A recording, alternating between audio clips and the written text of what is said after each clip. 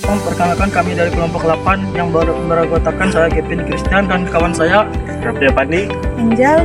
Kami akan membahas materi tentang terjadinya negara. Latar belakang. Negara merupakan entitas politik yang kompleks dengan sejarah panjang dan beragam. Pembentukan negara dipengaruhi oleh berbagai faktor sejarah, sosial, ekonomi, dan politik. Pada dasarnya berhubungan dengan proses pembentukan masyarakat politik yang terorganisasi, adanya kebutuhan manusia untuk hidup teratur, aman, dan terorganisasi dalam satu wilayah tertentu, yang kemudian melahirkan organisasi kekuasaan tertinggi bernama negara. Pengertian: terjadinya negara adalah suatu proses bentuknya organisasi tertinggi dalam suatu kelompok masyarakat yang memiliki kekuasaan berdaulatan untuk mengatur rakyat.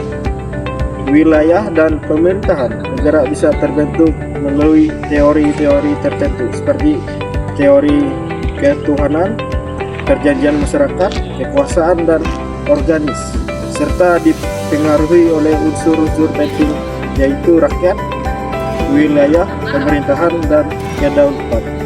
Teori terjadinya negara. 1. Teori ketuhanan. Negara terbentuk atas kehendak Tuhan. 2. Teori perjanjian. Negara terbentuk karena perjanjian masyarakat. 3. Teori kekuasaan. Negara terbentuk karena pendahulukan. Unsur-unsur terbentuknya negara. Yang pertama, rakyat. Rakyat adalah semua orang yang tinggal dan menjadi penghuni tetap suatu wilayah negara. Tanpa rakyat, negara tidak bisa berdiri karena rakyatlah yang menjalankan kehidupan bernegara. Yang kedua, wilayah. Wilayah adalah tempat berlakunya kekuasaan negara, terdiri dari darat, laut, udara. Wilayah menjadi batas ruang kekuasaan di mana pemerintah dapat membuat dan menjalankan aturan.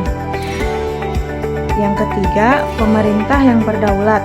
Pemerintah adalah lembaga yang memiliki kekuasaan untuk mengatur rakyat, menjalankan hukum, melindungi negara, menjalin hubungan luar negeri. Pemerintahan harus berdaulat, artinya memiliki kekuasaan penuh mengatur tanpa campur tangan negara lain.